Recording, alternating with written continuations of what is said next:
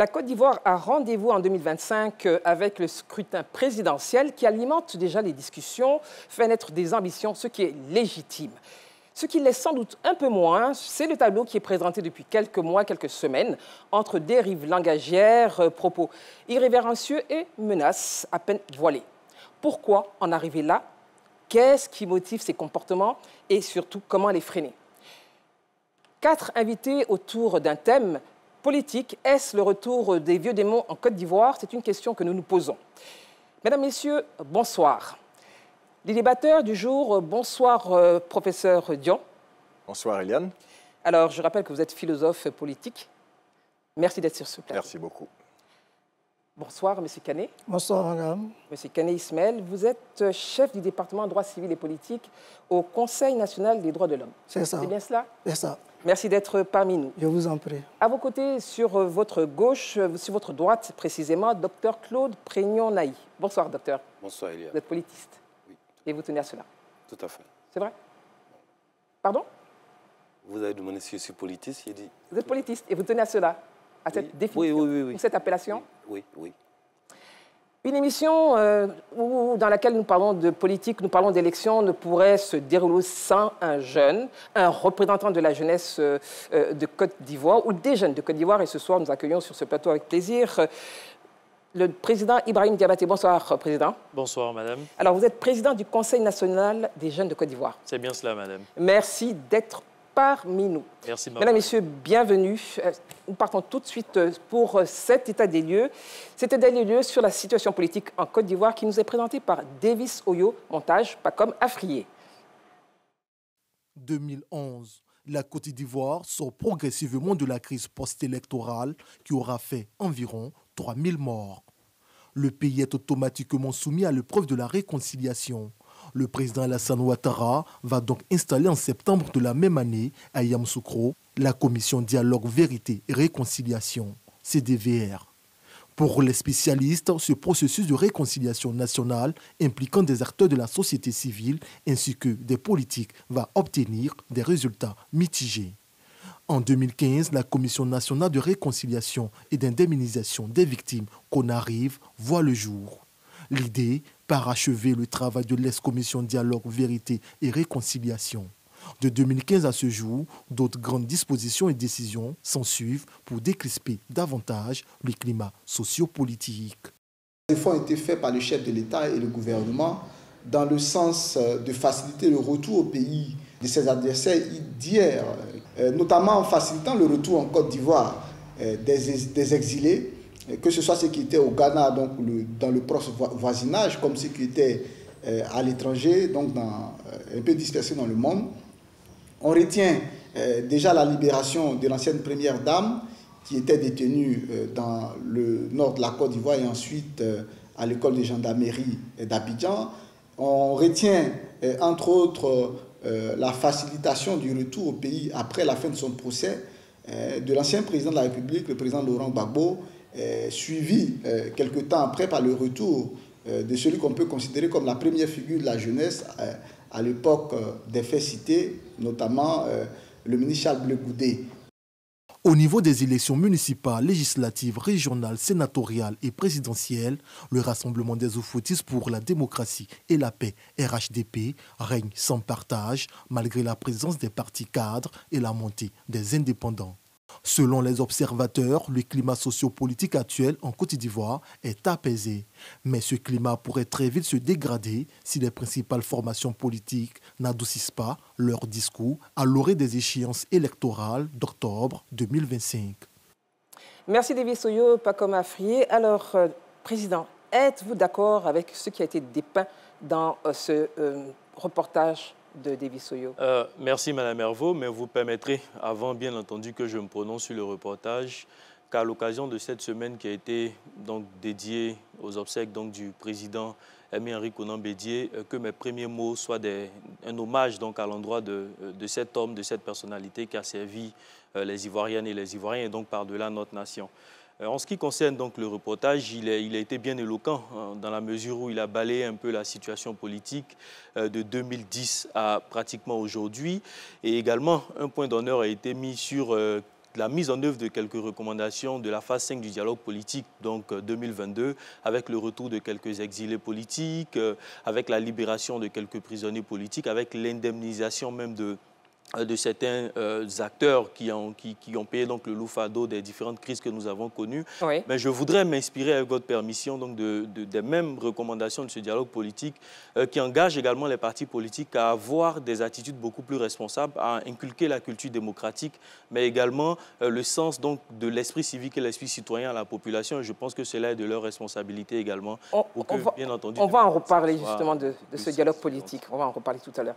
Alors, M. Kane Ismaël, vous êtes, comme je l'ai dit, sur le CNDH, donc le Conseil national des droits de l'homme. Quel est votre regard justement au regard de ce qui a été dépeint tout à l'heure? Est-ce que vous partagez cela? Ok, merci beaucoup, madame.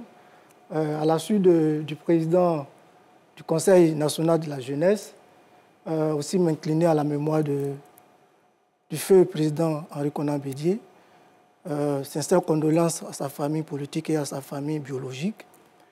Et il faut dire que l'élément qui est passé, nous partageons également, vu notre position en tant qu'institution nationale des droits de l'homme, de 2010 jusqu'à ce jour, mettre en place une institution appelée CDVS, c'est ça, je pense bien, la Commission Dialogue et Vérité, et par la suite la libération aussi également des prisonniers politiques et puis le retour des exilés, concourt également aussi à l'apaisement du climat politique en Côte d'Ivoire. Et donc, nous, le fait de prendre ces actions fortes de la part du chef de l'État, nous scrivons vraiment que nous sommes d'accord pleinement, l'élément qui est présenté, nous sommes d'accord avec, pour pouvoir vraiment apaiser le climat politique en Côte d'Ivoire. Docteur Prignon, quel est votre avis? Je rappelle qu'il y a eu également des libérations en réalité de personnes civiles et militaires qui avaient été incarcérées suite à la crise post-électorale de 2011. Votre avis justement là-dessus? Je pense que le tableau qui a été peint, c'est un tableau qui est plus ou moins réaliste par rapport à la situation. Mais ce que je souhaiterais ajouter, c'est de ne pas réduire l'action qui a été menée en termes d'action pour consolider le lien social, le réduire aux politiques, parce qu'on parle de libération et tout ça, mais après, il faut savoir qu'il y a aussi le peuple qui en a souffert, et il y a eu des actions qui ont été menées pour pouvoir cicatriser tout ça. Donc, il y a eu un ministère de la réconciliation, il y a eu le ministère de la cohésion sociale, il y a eu un ensemble d'activités, d'actions qui ont été menées en vue de redonner le sourire aux Ivoiriens. Donc, au-delà des politiciens, il faut constater que, justement, cette paix-là, elle est également sociale, elle n'est pas simplement politique. Voilà. Donc, ce qu'on a constaté, c'est qu'effectivement, il y a eu effectivement ce climat, cette atmosphère-là, au plan social et au plan politique, si vous voulez. Donc, au plan social, au plan politique, qu'est-ce que vous en pensez, professeur Dion? Quel est votre regard, justement, là-dessus? Alors, tout en m'associant à l'hommage qu'on rend ici au Sphinx, je voudrais, oui, saluer le reportage qui vient de passer, parce qu'il est complet. Il dit tout. Il dit que nous avons connu quelque chose, quelque chose s'est passé, qui nous a marqué au fer rouge en termes de conséquences, d'effets. Nous avons fourni des efforts pour sortir de là.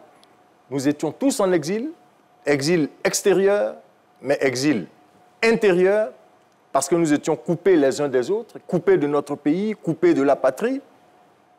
Et puis, nous avons fait les efforts pour reconstruire quelque chose. Et c'est ce quelque chose que nous sommes en train de reconstruire tous ensemble, politique comme population, qui est en train d'être mis à mal à travers ce que vous décrivez dans votre reportage, à travers des discours inquiétants. Donc, on peut légitimement intuiter que les vieux démons sont en train de revenir. Les vieux démons sont en train de revenir. Je pense que nous avons l'axe 2 qui est réservé justement à ce sujet. Mais je voudrais revenir un tout petit peu sur ce que le président donc Diabaté, M. Diabaté, vous avez évoqué. Mais avant de vous poser cette question, effectivement, je voulais juste ajouter aussi également, vous avez parlé de l'hommage au président Bédié, ce n'est pas seulement l'hommage de son parti politique, c'est toute la Côte d'Ivoire qui lui rend hommage et un hommage pour tout ce qu'il a apporté pour la Côte d'Ivoire, sa stabilité, son développement. Ceci étant dit, le dialogue politique, il y a eu un rapport en 2022 et sur la 5e phase. Donc, elle a été signée par toutes les parties, société civile, donc le social, et les partis politiques. Alors, on parlait de décrispation, renforcer la paix. Alors, est-ce que ce n'était pas, on est en 2024, est-ce que ce n'était pas un signal fort que cette signature, Monsieur Kane, est-ce que ce n'était pas un signal fort que tous aient signé pour la décrispation du climat politique, pour la paix, pour penser à des élections justement dans un climat apaisé? Est-ce que ce n'était pas un signal fort? Effectivement, puisque actuellement, comme nous constatons, comme vous l'avez dit aussi dans l'élément passé, arrivé à un certain moment, il faut laisser tomber nos querelles politiques et puis faire avancer le pays. Et donc, le dialogue, le 5e dialogue politique, comme vous le dites. La 5e phase du dialogue politique. Voilà, la 5e phase du dialogue politique. Les conclusions, je pense bien que c'est la mise en œuvre de ces conclusions que le chef de l'État, y compris toutes les parties prenantes à ce dialogue-là, je crois bien qu'ils sont en train de mettre en œuvre. Et bien évidemment, cette mise en œuvre va concourir, je crois bien, à un apaisement du climat politique et aussi faire de sorte que 2025, les échéances de 2025 soient vraiment des échéances vraiment inclusives, transparentes et crédibles, sans violence et dans laquelle, je vais dire, les échéances où les droits de l'homme seront respectés. Les droits de l'homme seront respectés. Professeur Dion, alors justement, on parle de 2022, nous sommes en 2024, ça fait 2 ans qu'il y a eu ce dialogue, cette signature.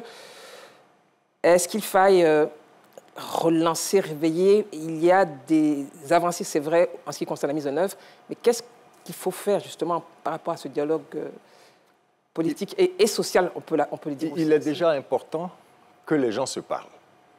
Parce que si on est en démocratie, c'est parce qu'on a décidé de laisser tomber le combat pour qu'il y ait débat. Le combat devient intellectuel, intelligent, mais plus avec les armes. Donc, il faut dialoguer.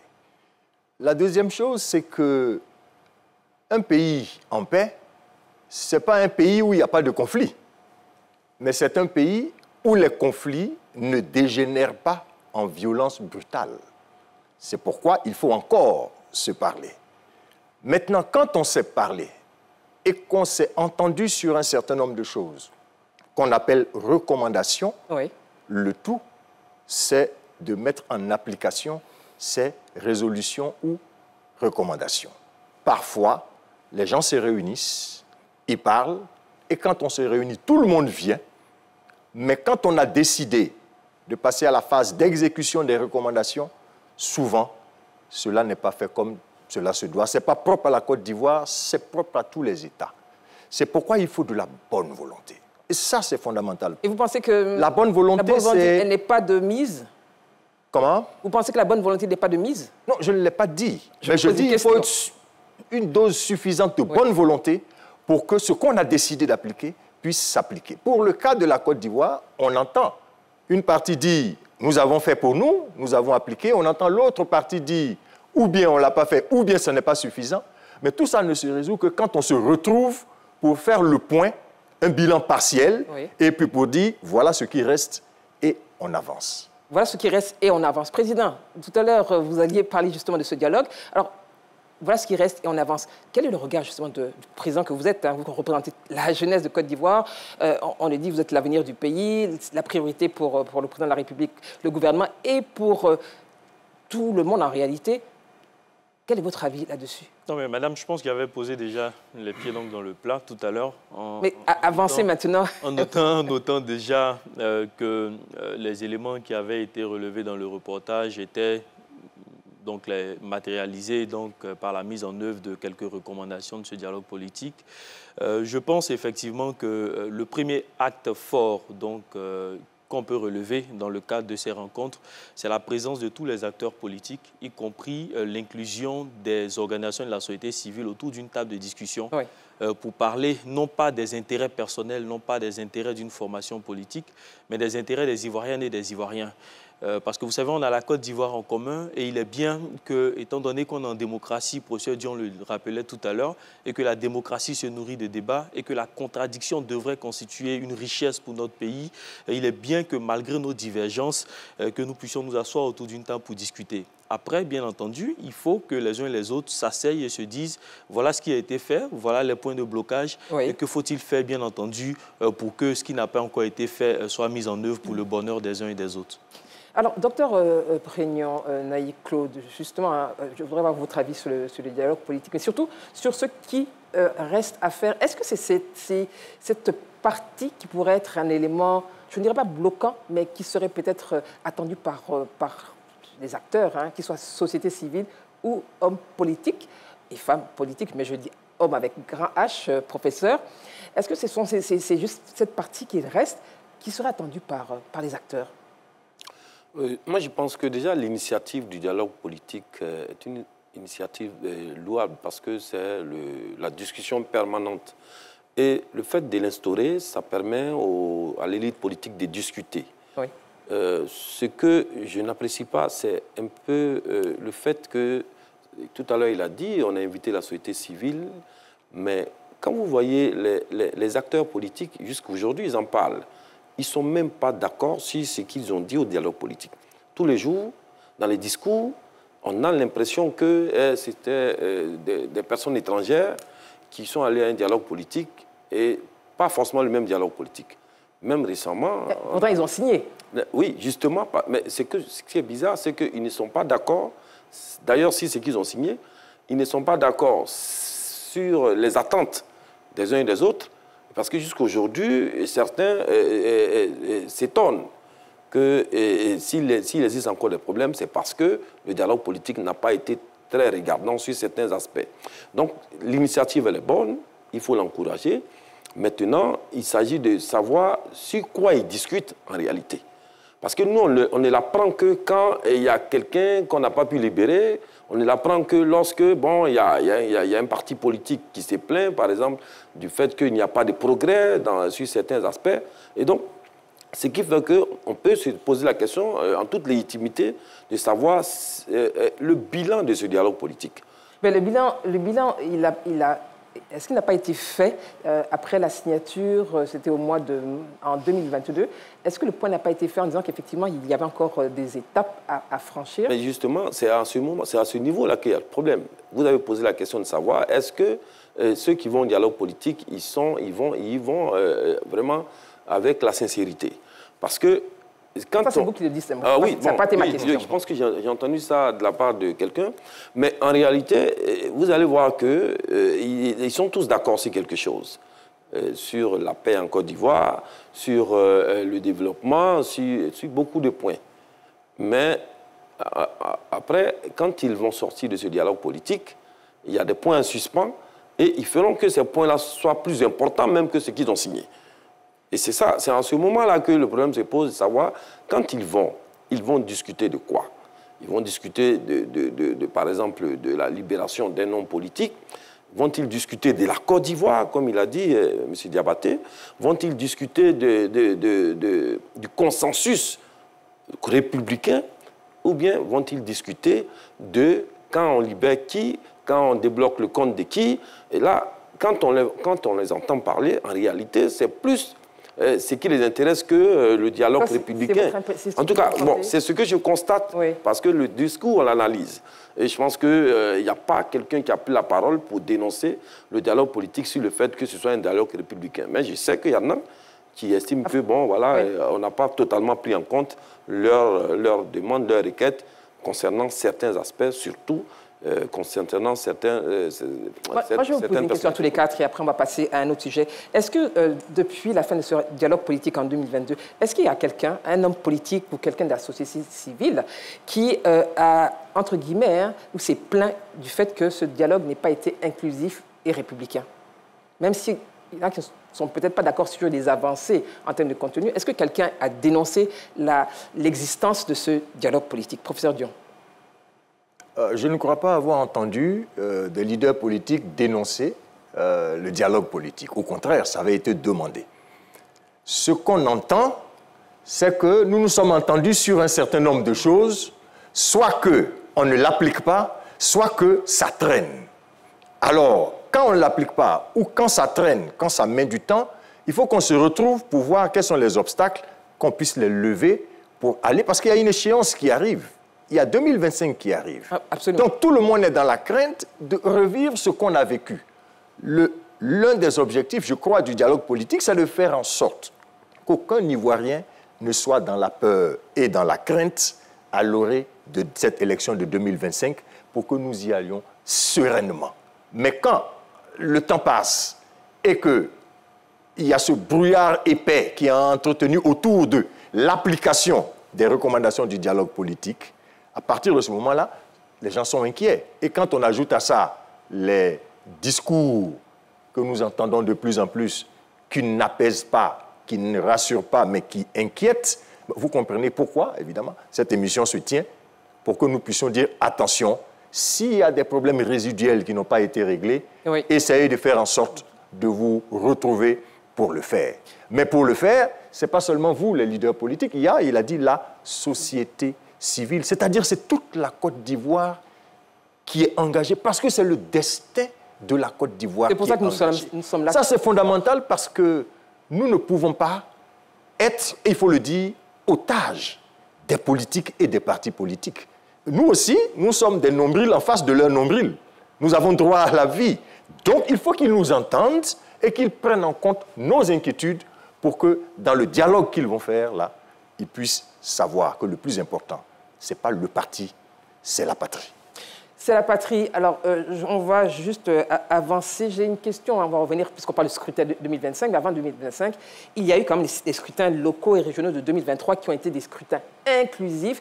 Est-ce que, au regard de le déroulement en réalité très apaisé, salué par tous, de ces scrutins, est-ce que ce n'était pas un gage de, on va dire, maturité démocratique, d'ouverture, d'inclusion?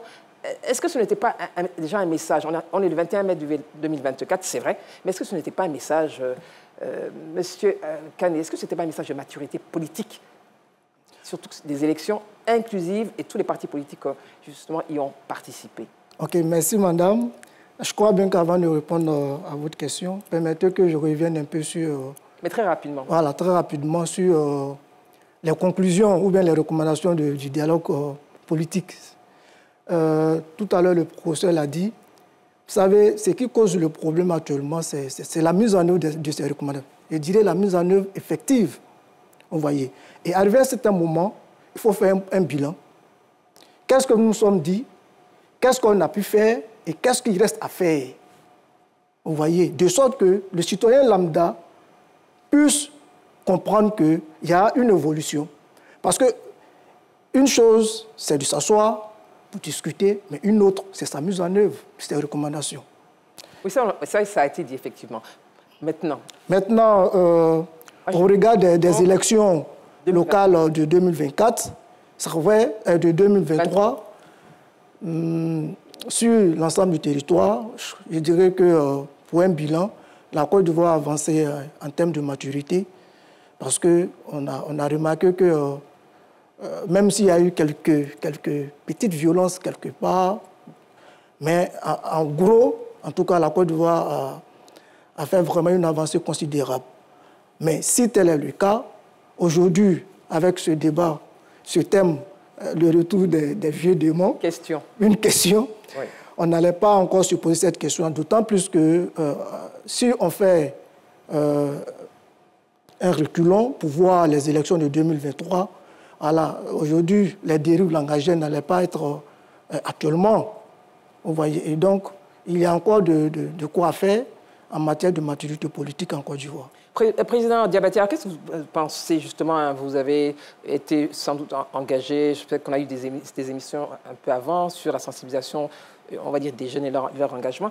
Alors, est-ce que ces élections inclusives même s'il y a eu quelques petits éléments qui n'ont pas entaché la crédibilité du scrutin, est-ce que ces élections, justement, n'ont pas marqué la maturité de politique ou l'élément ou l'élan démocratique de la Côte d'Ivoire? Non, il est indéniable. Et il faut noter avec satisfaction que les élections donc, municipales et régionales ont démontré qu'il y a une évolution au niveau donc, de l'esprit critique même des populations en général, mais singulièrement des jeunes, puisqu'on s'est donné donc, les moyens de sillonner un peu la Côte d'Ivoire.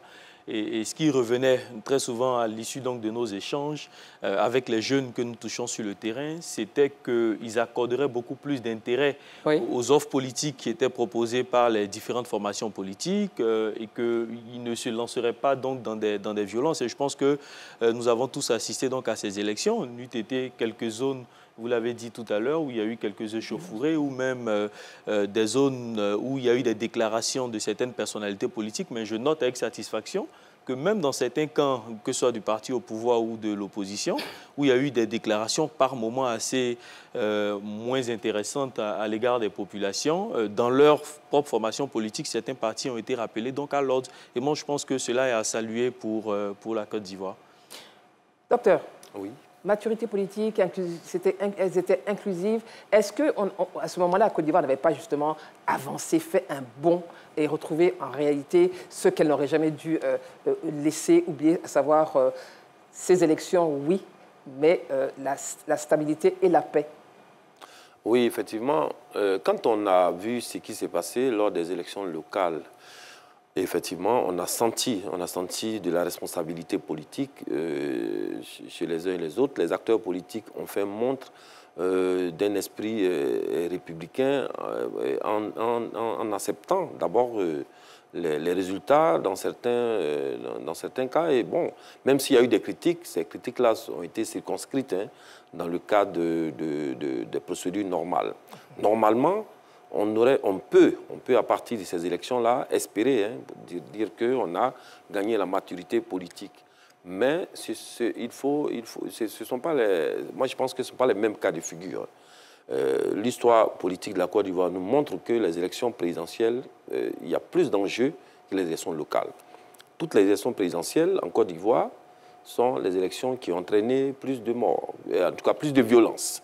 Et donc, quand on regarde les élections locales, l'apaisement et puis ce qu'on a pu observer, on peut certainement s'en réjouir, mais cette joie doit être circonscrite parce que quand on voit justement la levée de boucliers à combien de mois des élections présidentielles, effectivement, on se demande, mais tout cet effort qui a été fait pour les élections locales, mais qu'est-ce qu'on en fait? Parce que justement, comme on l'a dit, les Ivoiriens sont sortis, ils ont participé et tout ça.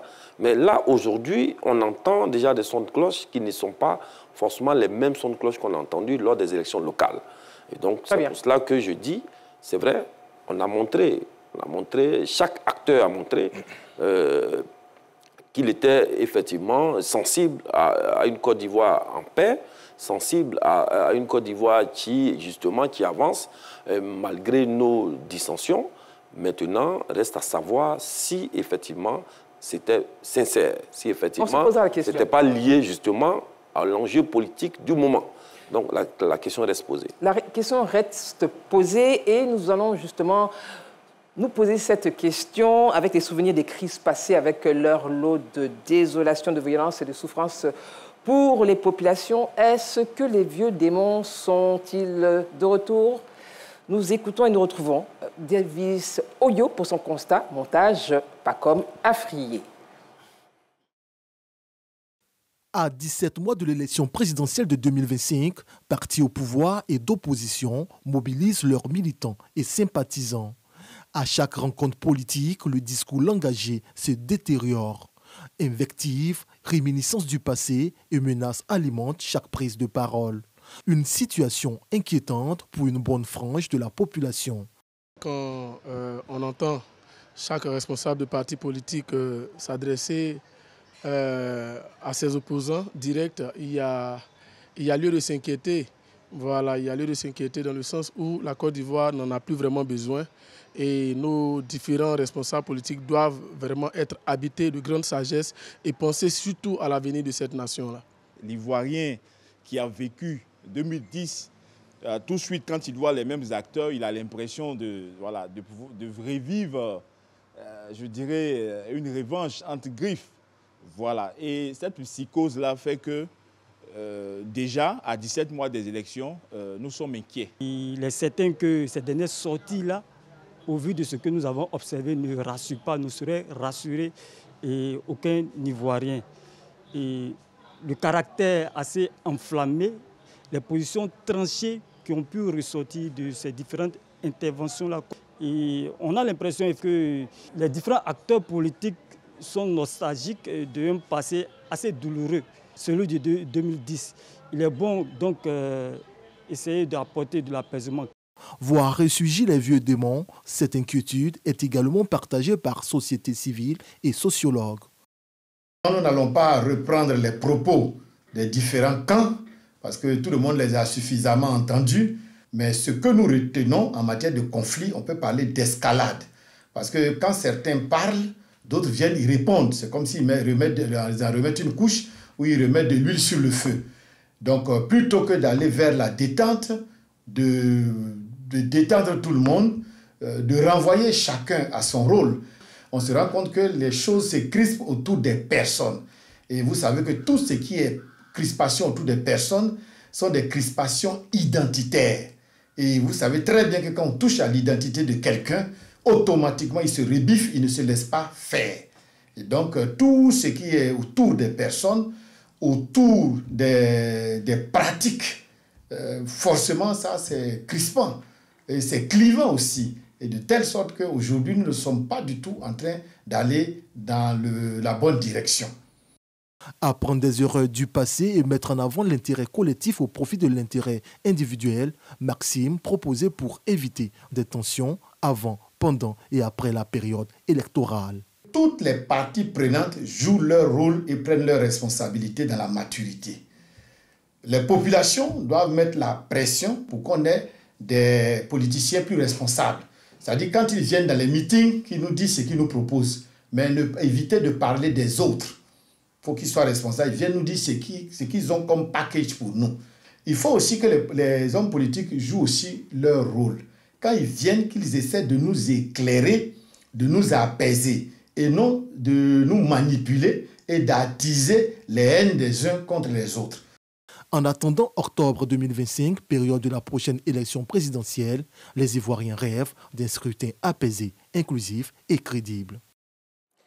Merci Davis Oyo, merci Paco Mafrié. Alors, inquiétude, escalade, nostalgie, responsabilité. La société civile parle de sagesse. Professeur Dion, votre commentaire sur ce que nous avons suivi ensemble. Alors, en principe, normalement, oui. Je veux dire dans les conditions normales de température et de pression politique, ce qu'on entend là, ça ne devrait pas inquiéter. Dans le jeu politique, il y a ce qu'on appelle le logos politique, mais le logos ne se fait pas sans bruit et sans conflit. Dans tous les pays où vous irez, à la veille des échéances de ce genre, vous entendrez ces bruits et vous verrez ces genres de conflits. Seulement, notre cas est particulier parce que nous sommes un peuple traumatisé, puisque nous sortons d'une situation difficile. C'est pourquoi c'est un cas... 2024, professeur. Nous sommes un peuple 2024. Traumatisé. Nous avons connu une situation difficile. Oui. Donc, ceux qui n'ont pas connu ce que nous avons connu depuis 2002 jusqu'à 2010-2011 peuvent toujours s'amuser à dire sur les réseaux sociaux, on s'en fout, on est prêt à s'affronter. Ceux qui ont vécu ça n'ont plus envie de revivre cette situation. C'est pourquoi le moindre éclat de voix les effraie. Et c'est pourquoi nous sommes ici pour dire et pour poser la question à nos hommes politiques et à nous tous. Quel est ce pilote qui, après avoir conduit au port, je vais dire un navire qui est chargé de marchandises, arrivé au port, jette toutes ces marchandises à l'eau? Pour dire que tous ces efforts que nous avons faits depuis la fin de la crise, pour faire revenir les gens, pour recoller les morceaux, pour parler aux uns et aux autres, pour qu'un un certain revivre ensemble se remette en place pour le bonheur des Ivoiriens, pourquoi aurions-nous fait tout cela si c'est pour, à la veille de 2025, réduire tout ça à néant juste pour des intérêts politiques ou politiciens?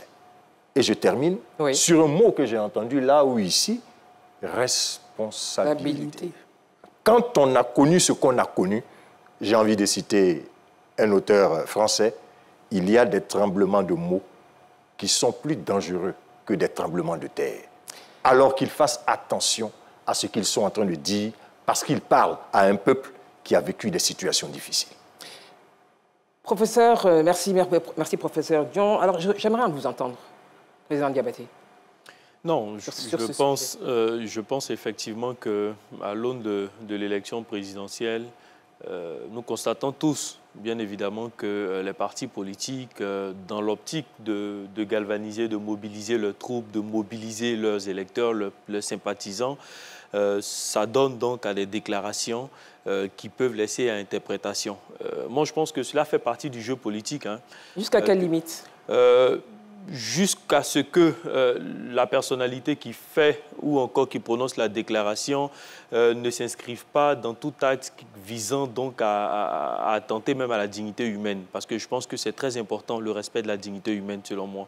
Et donc, je pense qu'évidemment, la période, sinon le moment dans lequel nous nous trouvons actuellement, est très délicat. C'est un moment très décisif. Et c'est normal, ça répond donc de l'ambiance politique que pour les partis politiques d'aller mobiliser leur base. On a vu des meetings qui sont organisés ça et là. Tantôt, certains vont défendre leur bilan, d'autres vont présenter leur projet aux populations. Et vous savez, la sociologie politique est telle que quand vous partez devant des militants, vous savez ce qu'ils ont envie d'entendre. Et donc la personnalité politique en face peut s'adonner dans le cadre donc, de ces meetings-là à des dérives langagières, mais qui n'auront pas forcément de bons impacts sur la population. Je vous prends au mot. Vous parlez justement de bon impact sur la population, justement, mais dérives langagières et l'impact sur la population. C'est pour ça que je vous pose la question, jusqu'à quelle limite? Mais c'est justement pour ça que d'ailleurs dans le reportage, donc, le monsieur donc, nous a fait le plaisir de parler de responsabilité. Cela doit répondre donc d'abord celui qui prend la déclaration doit assumer ses responsabilités. Oui. Il faut que la justice, par exemple, sanctionne certaines actions qui peuvent avoir donc des répercussions néfastes sur la population. Mais également, il faut que la population elle-même soit de plus en plus éduquée aux situations politiques, aux analyses politiques, aux analyses de discours, mais également il faut que la population se dise que c'est tout à fait normal que les uns et les autres s'expriment par moments dans le but de mobiliser certaines parties prenantes, mais que ces déclarations ou ces appels donc, de ces différents partis politiques ne devraient en aucun cas nous obliger donc, à poser des actes qui feront reculer donc, le... On en parlera tout à l'heure lorsqu'il va s'agir des propositions. Docteur Prignon, alors qu'est-ce que vous pensez justement au regard de ce que nous disons, ce que nous avons vu, jusqu'où on peut aller? Bon, moi je pense que le discours, l'inflation du discours guerrier ces derniers temps, je ne dirais pas comme le président Diabaté que c'est normal, parce que... Ah, c'est votre avis, hein, Oui, justement, voilà. Je ne sais pas. Je veux dire qu'il y a trois types de discours. Hein. Il y a le discours du gouvernement, et il y a le discours politique du gouvernement. Normalement, c'est un discours qui rassure, qui doit rassurer. Mais ce qui m'intrigue, c'est qu'il y a des autorités politiques qui justement, rentrent dans ce jeu avec un discours qui ressemble à un discours de militants de l'opposition. On va pas... Qu'est-ce que vous entendez Non, je vais dire la nature du discours. Oui. C'est-à-dire, ce qui peut intriguer un citoyen comme moi, c'est l'auteur du discours. C'est l'auteur, sa qualité? Sa qualité. Parce que quand il s'agit, par exemple, d'un ministre de la République, le ministre de la République, il est celui qui gère le pouvoir. Lui, il doit rassurer. Son discours ne doit pas forcément être le même discours qu'on entend dans les meetings de l'opposition.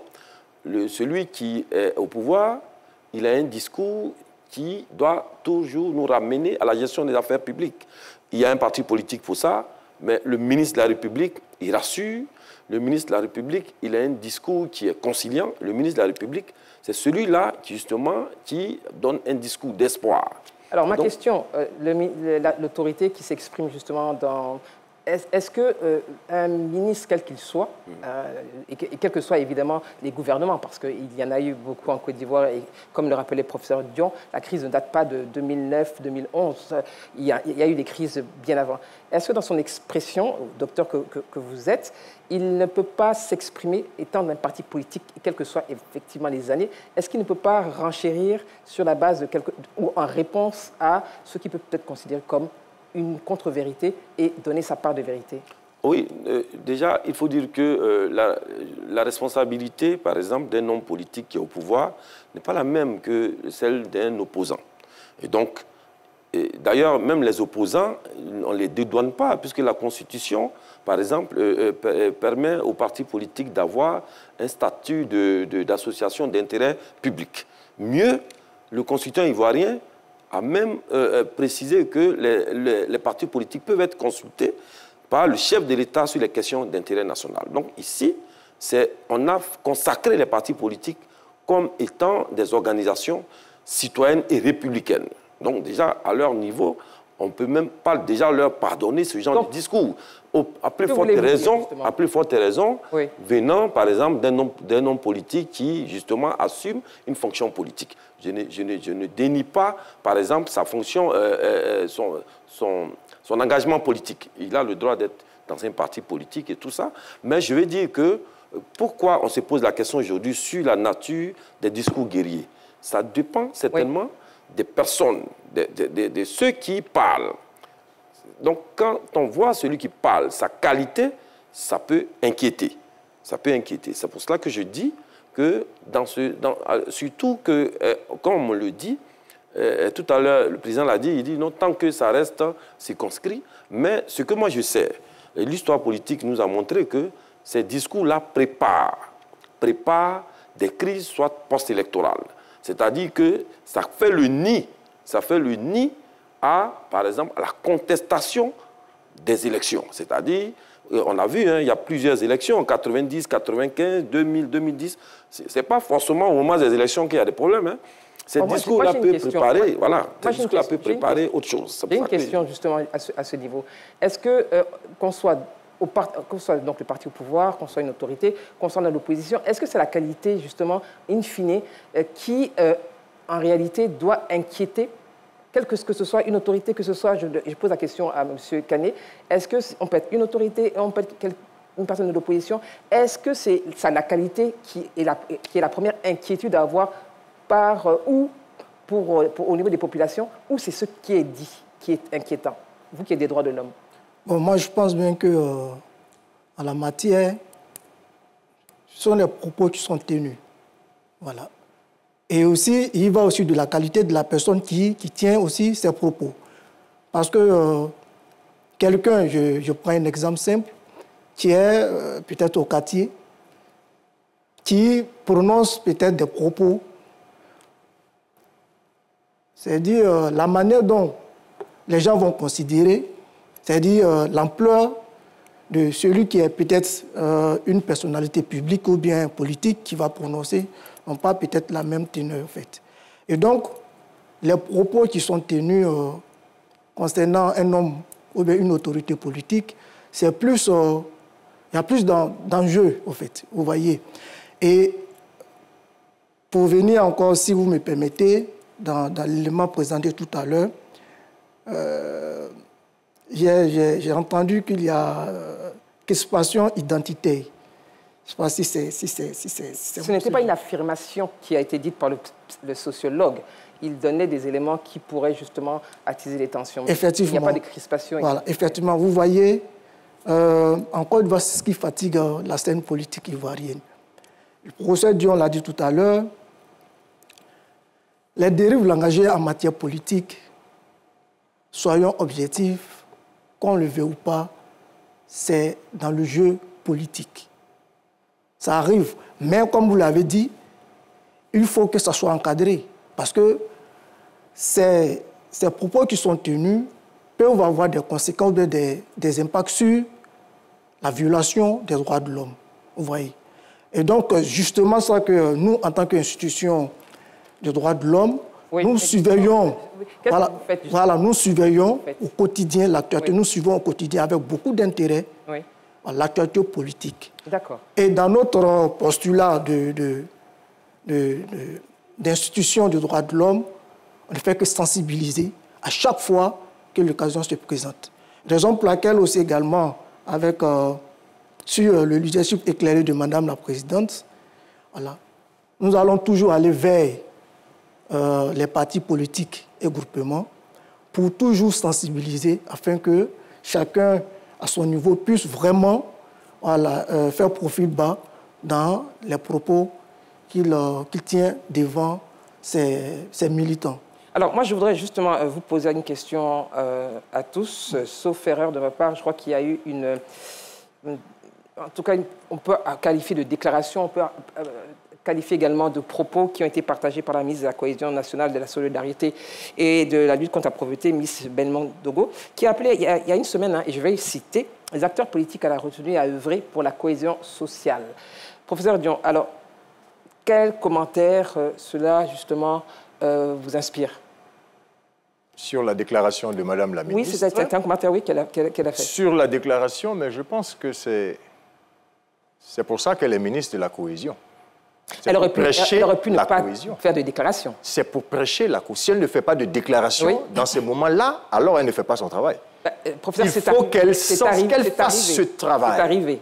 Constamment, il faut qu'elle rappelle, c'est elle qu'on doit même voir actuellement et entendre actuellement dans le contexte où les gens n'arrivent plus ni à se maîtriser, ni à maîtriser leurs paroles. C'est fondamental. Sur ce qu'on disait tout à l'heure, je vais faire 2 ou 3 petites remarques. Il faut expliquer aux gens qu'on est dans la communication politique. Et il faut enseigner aux gens que la communication politique est essentiellement fondée sur l'argument du discrédit. On veut discréditer l'autre pour montrer qu'on est capable de prendre sa place. Est-ce que ça veut dire, professeur, permettez, le discrédit, est-ce que ça veut dire qu'on doit utiliser tous les qualificatifs? Je suivrai ma logique et j'en arriverai là. D'accord. On discrédite. Donc on dit, il ne travaille pas bien, il a pris l'argent là où il ne doit pas prendre pour faire ceci, pour faire cela. Mais quand vous discréditez un parti qui est au pouvoir, le parti qui est au pouvoir, il vous répond. Le ministre est ministre, oui, mais il a une fonction dans son parti et c'est le parti qui est au pouvoir. Il répond. Quand il répond, lui aussi est amené à utiliser l'argument du discrédit. Par exemple, pour dire, quand vous étiez au pouvoir, vous n'avez pas fait mieux. Ça, c'est le jeu politique normal. On appelle ça l'argument ad hominem. Parfois, on ne répond pas au problème qu'on pose, on te discrédite parce qu'on dit que toi-même, tu n'as pas la légitimité pour parler de ce problème-là. Ça existe. Mais ce que la ministre dit, et qui est fondamental, et c'est pour ça que nous sommes aussi sur ce plateau en tant que société civile, c'est de dire que l'indécence de vos paroles ou de vos critiques, ça tue la pertinence de ces paroles et de ces critiques. Vous pouvez faire une critique intelligente à un pouvoir en disant à ce pouvoir que ce qu'il fait n'est pas ce qu'on devrait faire dans un contexte précis, mais d'une manière telle que le pouvoir lui-même comprend que ce que vous dites est pertinent. Mais vous pouvez dire quelque chose de pertinent à quelqu'un si vous dites cela dans l'indécence totale, dans la provocation et dans l'humiliation. Je ne connais pas un homme à qui vous direz des mots durs, et quel que soit son statut. Un parfum, c'est parce qu'il a un statut qu'il doit faire attention à ce qu'il dit, justement. Oui. Parce qu'il a un statut. Et c'est pour ça qu'ils sont des gouvernants. Et quand on gouverne avec la parole. Vous voyez, les philosophes, Platon dit que la parole a précisément pour fonction de conduire les âmes. C'est pour ça que quand un leader dit, ça a un effet immédiat sur ceux à qui il parle, parce que ceux-là se reconnaissent en lui. Professeur Président Diabaté, alors justement, à votre niveau, comment ça se passe avec vous parlez de sensibilisation, les hommes et les femmes, en tout cas, quels qu'ils soient, au pouvoir, parti d'opposition, s'expriment aujourd'hui. Vous êtes vous-même pas un acteur, mais oui, vous êtes un acteur puisque vous sensibilisez, vous êtes à la tête d'une structure qu'on retrouve à travers la Côte d'Ivoire. Comment vous ressentez justement ce qui se passe et comment vous-même, vous sensibiliser justement sur la justesse des propos et le fait que peut-être les jeunes prennent du recul par rapport à ce qui peut être dit de part et d'autre. Permettez qu'en 30 secondes, je revienne sur l'interprétation qui était faite donc, de mes propos tout à l'heure par Dr Prignon.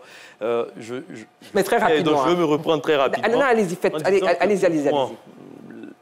L'atmosphère, sinon le moment auquel nous assistons en ce moment, se comprend parce que l'essence même de la création d'un parti politique, c'est quoi? C'est la conquête du pouvoir pour celui qui est dans l'opposition ou l'exercice du pouvoir pour celui qui est aux affaires. Et donc, comprenez que dans ces cas d'espèce, donc dans ces moments assez proches de l'élection présidentielle, qu'il y ait des déclarations, mais cela n'explique pas et n'excuse pas les déclarations qui sont faites donc par les différents acteurs politiques. En ce qui concerne le Conseil, déjà, il faut noter que le Conseil, c'est la fêtière des organisations de jeunesse. En notre sein, donc, nous avons répertorié les 6473 organisations de jeunesse qu'il y a sur tout l'étendue du territoire national. Vous aurez du travail, hein? Également, les jeunesses apolitiques, donc en ce qui concerne les organisations de la société civile, mais également des jeunesses issues des différents partis politiques. On a le RHGP, je pense le PPACI, le PDCI-RDA, le FPI également qui siègent. Et ce qui nous touche le plus, c'est que quand ils viennent donc à nos sessions, à nos différentes rencontres, ils ne viennent pas parler de leur formation politique, ils viennent avec un regard assez externe, mais qui vient faire des propositions dans le but de l'amélioration des conditions de vie des jeunes. C'est constructif? Et donc, Bien entendu, le débat il est très ouvert, il est très libre. Et d'ailleurs, vous remarquerez qu'il y a des sessions de formation, des sessions de représentativité, de représentation à l'international, tout comme au niveau interne. Sur le plan national même, ce sont des partis politiques qui vont nous représenter, mais ils ne vont pas parler de leur parti politique. C'est aussi ça que nous voulons passer comme message. Donc, ce sont des jeunesses assez donc, hétérogènes que nous utilisons pour des sensibilisations sur le terrain, mais également à l'aune donc, de l'élection municipale et régionale même de 2023, ce qu'on avait fait avec les différents partis politiques également, que je veux saluer au passage, opposition comme pouvoir, c'était d'utiliser les candidats à ces élections-là, d'aller échanger avec des jeunes sur leur programme, mais également sur des engagements qu'ils prenaient pour, en tout cas, maintenir le climat social assez intact. Parce que le credo que nous avons au niveau du Conseil, c'est que la paix, c'est la condition sine qua non de tout peuple qui aspire au progrès. Et nous devons de maintenir une stabilité assez potable à la Côte d'Ivoire si nous voulons voir tous ces grands chantiers-là se poursuivre et si nous voulons, en tout cas, dans quelques années, atteindre le plein emploi. Parce que l'une des problématiques donc, de notre jeunesse, c'est aussi ça. La paix pour le développement. Nous allons écouter des personnalités, des religieux qui s'expriment justement sur ce qui peut, comment il faut se comporter en réalité, ce qui peut être fait, selon eux évidemment, pour que la Côte d'Ivoire, tout en partant évidemment en 2025 à ces élections, mais qu'elle demeure dans la quiétude, la cohésion sociale et la stabilité. Nous suivons ensemble et puis nous en parlons sur ce plateau. Le style, le langage et les éléments, les expressions qui sont entendues ça et là peuvent inquiéter les uns et les autres. Mais c'est pour cette raison que nous avons besoin d'une communication intensive, de façon à ce que les gens comprennent que nous avons plutôt besoin de mesurer nos interventions et d'avoir, de tenir des propos capables des propos porteurs de paix, d'amour, et éviter tout ce qui peut mettre en mal, n'est-ce pas, l'équilibre social. Cela dit, notre souhait est et a toujours été au niveau des leaders religieux et particulièrement les musulmans, que nous soyons, n'est-ce pas, des acteurs de paix et qui communiquent l'amour et la fraternité entre toutes les filles et tous les filles de la Côte d'Ivoire. La paix n'a pas de prix. Nous avons donc le devoir et la responsabilité de la promouvoir partout, sur toute l'étendue du territoire, et surtout les responsables politiques, de quelque bord qu'ils soient, doivent tenir compte de notre histoire que nous avons vécue, histoire quelquefois très douloureuse, et situations qui doivent nous interpeller à doser notre manière de parler. Il y a un auteur qui a dit cette phrase-là qui m'a toujours marqué: ceux qui ne se rappellent pas le passé sont condamnés à le revivre. Autrement dit, évitons les clivages et les ostracismes qui peuvent nous ouvrir une autre page qui risque de nous faire peur après, quoi.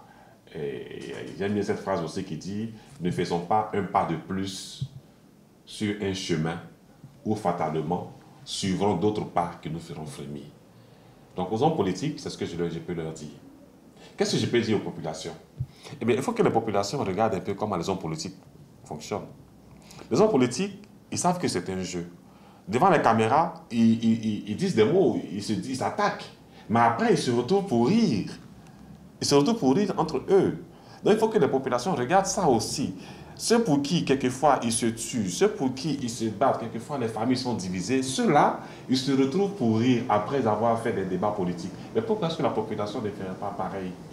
Pourquoi est-ce que la population voudrait aller au-delà de ceux-là même qui sont sur le terrain politique?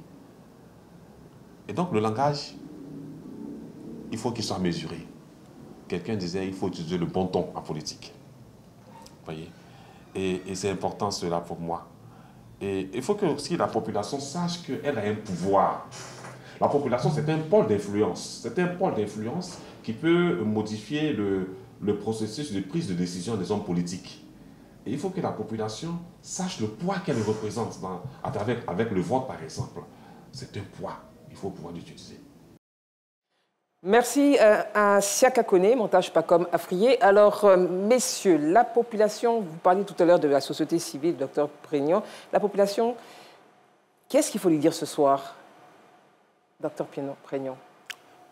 Moi, je pense que concernant ce qu'on observe, il faut que chacun prenne ses responsabilités. On a, dans ce pays, chaque fois décidé de tolérer certaines choses, mais ce qu'il faut éviter, c'est... Qu'est-ce que ça veut dire, on a décidé de tolérer ça? Non, je veux dire, quand ça commence, oui.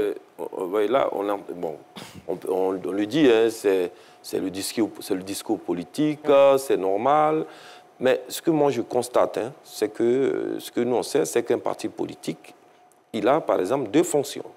Il a une fonction sociale, elle consiste à contribuer à l'intégration sociale. Donc quand il y a des discours guerriers, ça ne participe pas à l'intégration sociale. Le parti politique n'a pas qu'une fonction politique, même dans sa fonction politique, à part le fait de conquérir le pouvoir politique, il y a l'éducation politique. C'est pour ça que le constituant ivoirien leur a donné ce type d'association d'intérêt public et qui bénéficie du financement des fonds publics. Deuxième chose, on leur reconnaît la possibilité de pouvoir être consultés au cas où il s'agit d'un débat d'intérêt national par le président de la République.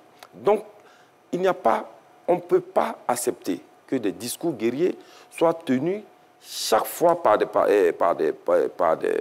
militants politiques ou bien des personnalités politiques, alors que notre pays, on le sait, on vient de loin. Le professeur l'a dit, on peut accepter ça ailleurs, mais en Côte d'Ivoire, on doit faire attention. On doit faire attention parce que le discours a justement exerce une violence symbolique sur les populations. Le discours politique, quelle que soit sa nature, exerce une influence sur les populations. En Côte d'Ivoire, on a 14 ans, près de 14 ans, où il y a quand même une paix, il y a la stabilité, plus ou moins. Et ça, c'est pour quelqu'un qui a un esprit républicain, on doit le préserver. On n'a pas besoin d'aimer ceux qui sont au pouvoir, mais on doit préserver cette paix au nom de l'esprit républicain. Donc, quand les discours s'enflamment, oui, moi, automatiquement, je me dis, il faut qu'on fasse bas la terre. Il faut qu'on s'asseye pour discuter, je ne sais pas de quoi, puisque le discours, le débat politique, comment on appelle ça, le dialogue politique existe, mais... Est-ce qu'on ne peut pas discuter de paix, justement? Comment justement, faire en sorte que la paix demeure? Monsieur Kane, est-ce que les hommes politiques, les femmes politiques, la société civile, est-ce qu'il n'est pas possible de discuter de paix dans la différence? Et en respectant les différences et les différentes idéologies? Bien évidemment. Et c'est ce qu'il faut, en fait. Voilà. Il faut que les acteurs politiques, et, comme le professeur Dion l'a si bien dit, avec la contribution aussi de la société civile, pour pouvoir s'asseoir autour d'une table, pour pouvoir discuter de la paix. Est-ce qu'on oublie de s'asseoir autour d'une table pour discuter? Moi, c'est la question que je vous pose, hein, parce que vous faites des sensibilisations, etc. Est-ce qu'on oublie de s'asseoir de façon, on va dire, formelle pour faire de la sensibilisation ou partager des avis? Je ne sais pas comment vous le faites. Soit nous, à notre niveau, en tant qu'institution, ou... Oui, vous, en tant qu'institution, est-ce qu'on doit s'asseoir obligatoirement autour d'une table et de façon beaucoup plus large? Les conseils que vous donnez à ceux qui nous regardent aujourd'hui, la population et les hommes politiques, avec grand H, j'insiste là-dessus. Nous, à notre niveau, en tant qu'institution, pas pour s'asseoir pour discuter autour d'une table, je vais dire, tel que nous sommes assis, mais dans les activités de sensibilisation, nous ne parlons que de paix, de respect des droits de l'homme, tant dans les propos tenus par les hommes politiques, comme aussi dans la société civile.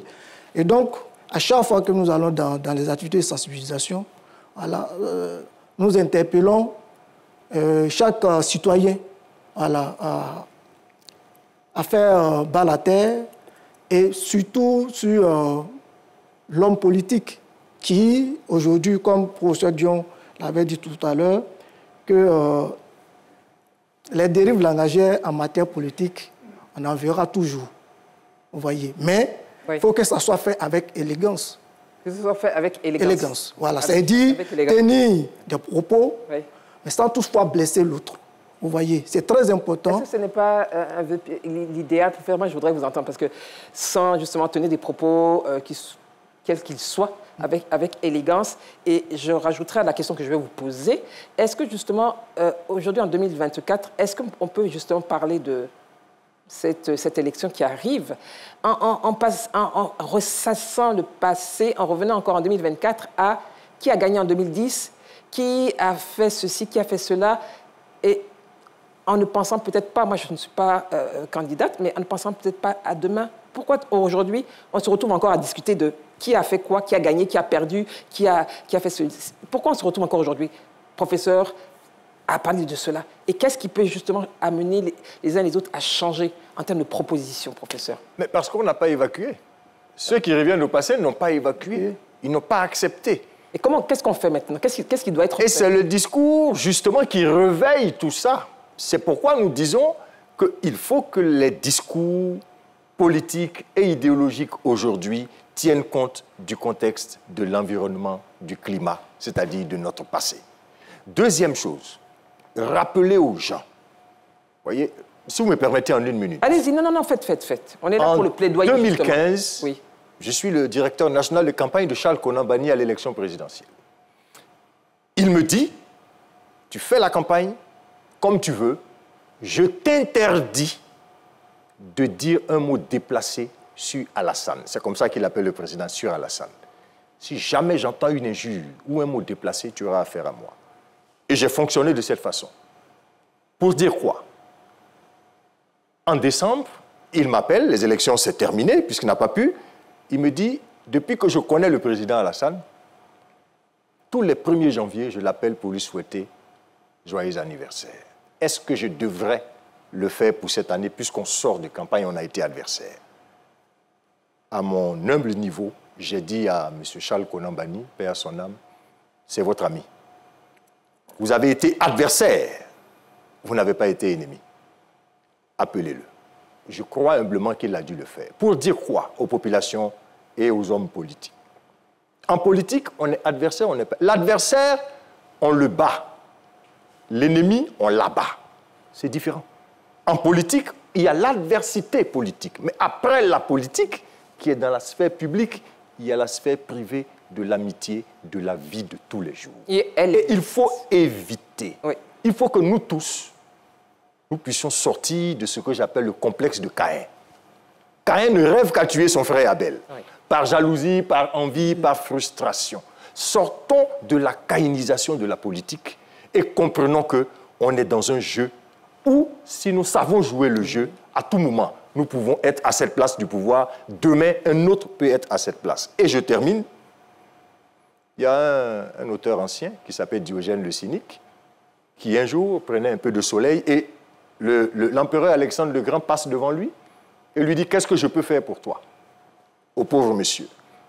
Il lui dit « Ôte-toi de mon soleil. » Il faut qu'on puisse dire aux hommes politiques, s'ils ne sont pas capables de faire des choses extraordinaires pour nous, au moins qu'ils nous laissent le soleil et que le soleil brille sur nous, c'est-à-dire qu'ils nous donnent la paix et que nous puissions vivre tranquillement de nos efforts et de notre travail. La paix, c'est vers ça que nous devons tous aller. La paix. Président Diabaté, est-ce qu'il est possible de faire justement la politique autrement? C'est vrai que la Côte d'Ivoire, il ne s'agit pas que de la Côte d'Ivoire. Cela se voit ailleurs hein, avec ses joutes verbales. Mais est-ce qu'on peut faire, ayant notre histoire, chaque pays a son histoire, est-ce qu'il est possible de faire autrement? Vous qui n'avez peut-être pas vécu tout ce qui s'est passé en 2002 et bien avant, est-ce qu'il est possible justement, avec votre regard, de faire autrement? Votre message? Il est vrai que je n'ai pas vécu 2002, mais j'ai vécu 2011 au moins. J'ai vécu 2010. Oui. Et quand on regarde depuis 2010, 2011, 2015, il y a eu 2023 pour les élections. Il y a eu 2020 et régionales, et il y aura forcément 2025. On voit quand même que l'atmosphère politique est en tout cas en train d'évoluer. Avant, on parlait de moins en moins de programmes de campagne, on parlait de moins en moins de projets de gouvernance. C'était le fanatisme politique qui guidait beaucoup plus l'action des populations. On a vu des chaînes de télévision ici inviter des candidats aux différentes élections locales et venir défendre leur programme. Certains ont été donc pris à défaut sur certains éléments qu'ils avaient présentés. Et moi, je pense effectivement que cette évolution-là en termes de mentalité est à saluer. Donc, je pense effectivement qu'il n'est pas forcément interdit en Côte d'Ivoire de faire la politique autrement, mais la politique se fait de plus en plus autrement aujourd'hui en Côte d'Ivoire. Et je pense qu'il est de la responsabilité également des populations de contraindre donc le personnage politique, de contraindre les leaders politiques, de contraindre les partis politiques à nous proposer véritablement des offres, parce que c'est ça, en fin de compte, la politique vise l'amélioration des conditions de vie. Est-ce que les hommes politiques sont seuls, on parle de responsabilité depuis le début de cette émission, est-ce que les hommes politiques sont seuls responsables quant à la stabilité, la cohésion sociale, même s'il est vrai qu'ils sont écoutés, est-ce qu'ils sont seuls responsables? Je voudrais avoir juste une réponse très rapide, M. Kani. Est-ce qu'ils sont seuls responsables de la stabilité, de la cohésion sociale et de la paix en Côte d'Ivoire? Bon, je peux dire que la responsabilité, elle est partagée. Hein. Voilà. Pourquoi? Parce que les populations, il faut faire une prise de conscience. Vous voyez, voilà. Nous sortons de 2010, 14 ans en arrière, mais c'est récent.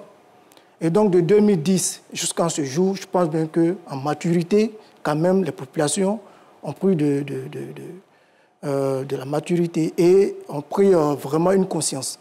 Aujourd'hui, vous ne pouvez pas dire à un jeune, on a vu ça pendant les élections 2023, tel que le président l'a dit, dit à un jeune, il faut aller casser, et puis il va aller casser. Alors que... Prise de conscience? Oui, oui, donc c'est une prise de conscience, vous voyez. Et aujourd'hui, la jeunesse s'investit plus dans l'entrepreneuriat, veut être occupée, vous voyez. Et donc, en termes de responsabilité, les responsabilités sont partagées, tant au niveau des hommes politiques comme au niveau des populations également. Docteur Préignon, alors, est-ce qu'on peut parler d'éthique à ce niveau en ce qui concerne les hommes politiques ou la politique? Y a-t-il une éthique? Très rapidement. Mais concernant la responsabilité, et tout à l'heure vous avez demandé s'il s'agit simplement des hommes politiques, il faut le reconnaître. Hein. Monsieur Docteur Préignon, ce sera malheureusement votre conclusion, parce que je vous ai posé une question, mais vous allez conclure en même temps. D'accord. Donc je voulais simplement dire qu'effectivement, pendant de nombreuses années, on a eu ici la suprématie de l'ordre politique sur l'ordre social. C'est une réalité. Et ici, on a tendance à penser qu'on a une crise sociale. Mais la crise elle est essentiellement politique, mais qui a des répercussions sur la société. Et on a montré par des études, les études ont déjà montré que la plupart des crises les plus importantes, et j'ai fait une communication dessus récemment, ont été créées par des contentieux politiques. Et donc, la responsabilité des hommes politiques est très importante. Et ce que je voulais dire pour terminer, c'est pour dire qu'aujourd'hui, le fait de ressasser le débat, les choses anciennes, ce n'est pas important aujourd'hui. Pourquoi? Parce qu'en 2025, on aura affaire à deux types d'électeurs. On va voter, il y aura un vote prospectif et un vote rétrospectif. D'un côté, il y a un bilan à défendre et de l'autre côté, il y a une alternative que les gens doivent proposer contre le bilan. Et donc, il ne s'agit pas de nous rappeler 2010 et 2000 et consorts. On veut savoir qu'est-ce qu'on nous propose autre que ce qu'on a aujourd'hui. Et on veut savoir, pour ceux qui sont là, qu'est-ce qu'ils nous proposent comme amélioration. Je pense que c'est à ce niveau-là que ce débat va se tenir. Voilà. Donc, je pense que le débat ancien, on peut faire justement le deuil de ce débat-là. On fait le deuil du débat ancien. Merci, docteur. De toutes les manières, nous nous retrouverons parce que c'est le premier des débats, mais ce ne sera pas le dernier. Professeur, pourquoi je vous appelle professeur? Bientôt, peut-être. Président, donc vous, rapidement, un message, justement, qu'est-ce qu'il faut dire ce soir aux jeunes, à la population et aux hommes politiques qui nous regardent? Non, moi j'ai noté tout à l'heure que ceux qui ne se rappellent pas le passé sont condamnés à le revivre. Je pense un homme de Dieu qui le disait tout à l'heure dans votre reportage. 2010, il y a eu l'élection présidentielle, crise post-électorale, près de 3000 morts. Si on ne se rappelle pas et on ne se souvient pas de 2010, alors qu'après 2010, les mêmes hommes politiques sont venus nous dire qu'ils ne sont pas amis, mais qu'ils sont plutôt des frères, on n'aura que, en tout cas, des répercussions assez négatives sur nos vies. Moi, l'appel que je vais lancer aux jeunes de Côte d'Ivoire, c'est de regarder le destin tout droit, c'est de se dire que la Côte d'Ivoire a eu un passé assez douloureux et qu'il est de notre responsabilité aujourd'hui de travailler à ce que la Côte d'Ivoire aille de l'avant. C'est de notre responsabilité de travailler à ce que la stabilité soit de mise parce que la paix est la condition sine qua non de tout peuple qui aspire au progrès. Si nous voulons voir toujours ces chantiers émerger, si nous voulons que les routes continuent toujours d'émerger, si nous voulons taper notre poitrine au cours des différents débats sur Internet, dire que la Côte d'Ivoire donne envie, la Côte d'Ivoire fait rêver, il faut que nous-mêmes nous prenions l'engagement de suivre des voies assez responsables, des voies assez responsables pour notre pays, la Côte d'Ivoire en tout cas. Merci Président Ibrahim Diabaté. Professeur Dion, vous allez conclure par rapport à cette émission, votre appel, votre message. Au nom de la vie, oui. Au nom de la paix, il faut que les Ivoiriens fassent l'effort d'aller à une élection inclusive, apaisée, qui va libérer tout le monde. Vous voyez, le professeur Owo Asepo disait un jour un proverbe de chez lui, que j'ai noté, un héritage, on ne l'adore pas, on le fructifie. L'héritage que nos anciens nous ont laissé, la paix et la vie, il faut qu'on fructifie cet héritage. Fructifier la paix, merci professeur, merci président, merci docteur Prégnon, merci monsieur Canet. Merci à toutes les équipes techniques et rédactionnelles qui ont permis la tenue de ce débat. Nous sommes tous face à nos responsabilités. Il n'y a pas que les hommes politiques ni les populations. C'est ensemble que nous allons faire en sorte que ce scrutin de 2025 soit apaisé et que la Côte d'Ivoire continue de prospérer. Merci d'être sur RTI1. À très bientôt. Bonsoir.